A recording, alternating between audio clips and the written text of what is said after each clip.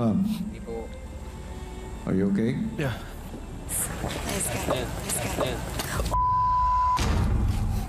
Oh, shit. Wait. Cold na tawid. Okay. Maupo muna. Bigyan niyo ng silya. Bukod sa hirap tanggapin ang pagkatalo, hirap din sina Tom at Rob sa punishment nila. Pati na rin sina Rika at Jason ng House B. Anong pakiramdam niyo ngayon? Tungkol sa pahusa po, it's very hard. It's not easy. It's uncomfortable po. Nagkaka-rashes na po yung arms ko. Medyo masakit yung dito, sa arms.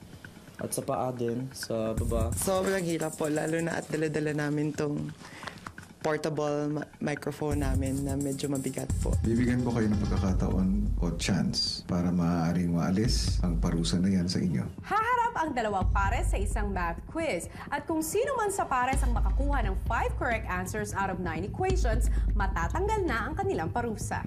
Ang ibang housemates nila nagsilbing numero na pupwesto base sa sagot nila. 180 times 48. 180, I think 40 or 48.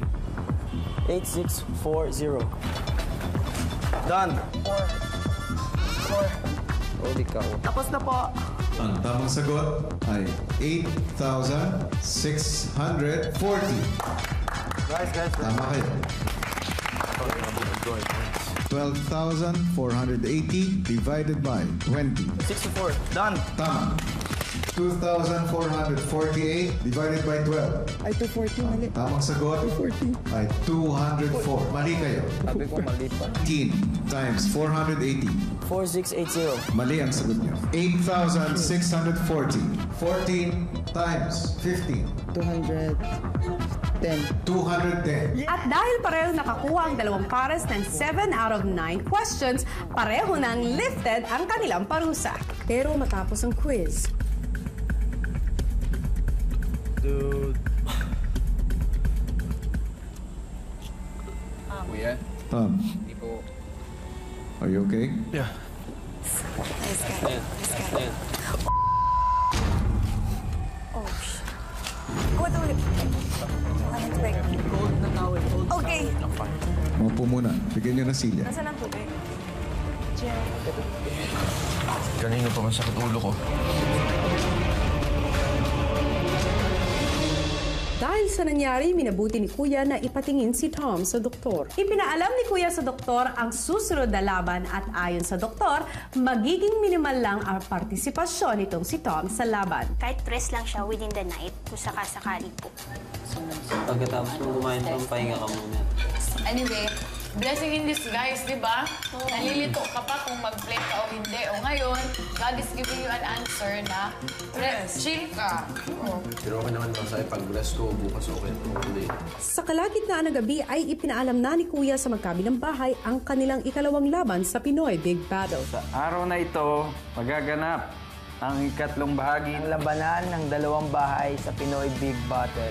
Sa game na hilaban, may isang catcher na nakasuot ng Velcro habang sinasalo ang mga bola na binabato ng mga throwers na teammates niya. Pero, ibibitin siya sa ere habang hinihila siya ng dalawa sa kanyang mga kalaban para hindi niya masalo ang mga bola. Sinimula na ang wrap-off sa Pinoy Big Battle. Chamberos! Kami chamberos! Pero okay lang yan dahil chambero din kayo.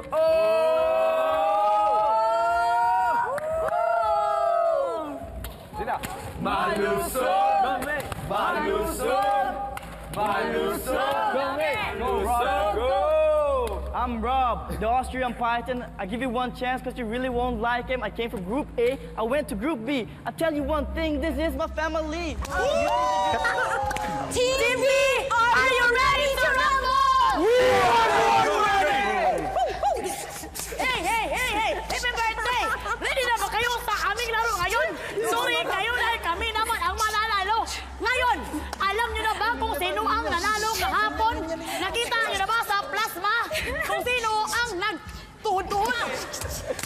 Bato-bato sa langit, matama huwag magalit, laging iisipin, ikaw na laging talo. Gusto namin pakinggan ninyo ang aming kanta para sa inyo. Salamat sa pagtuhod mo, muli kaming nanalo sa Game 2.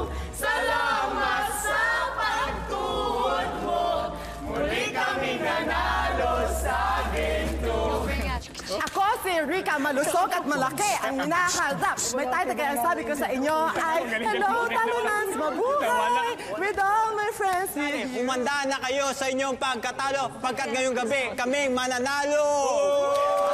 Malusog kami! Malusog kami!